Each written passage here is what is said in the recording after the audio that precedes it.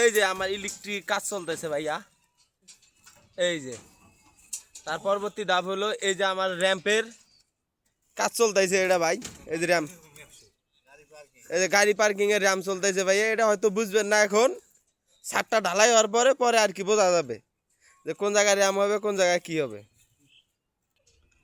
এই যে ভাইয়া সিঁড়ি, ইনশাল্লাহ সব কমপ্লিট ইনশাল্লাহ। সবাই একটু দোয়া করবেন যাতে কালকে ইনশাল্লাহ নিজস্ব বাড়ির ছাদটা ঢালাই দিতে পারি ভাইয়া। আবার বিদেশ যাওয়ার চিন্তা ভাবনা আছে আর কি, ছাদটা ঢালাই দেওয়ার পরে আবার বিদেশ যাবো ভাইয়া। হয়তো অনেকেই জানে না আমি প্রবাসী, কিন্তু গোপনে রাখছি এই কথাটা ভাইয়া। হোক, আপনাদের জানাবো আমি কোন কোন রাষ্ট্রে থাকি, অবশ্যই জানাবো পরবর্তী ভিডিও, যেহেতু নিজের সফলতা পাইছি ভাইয়া।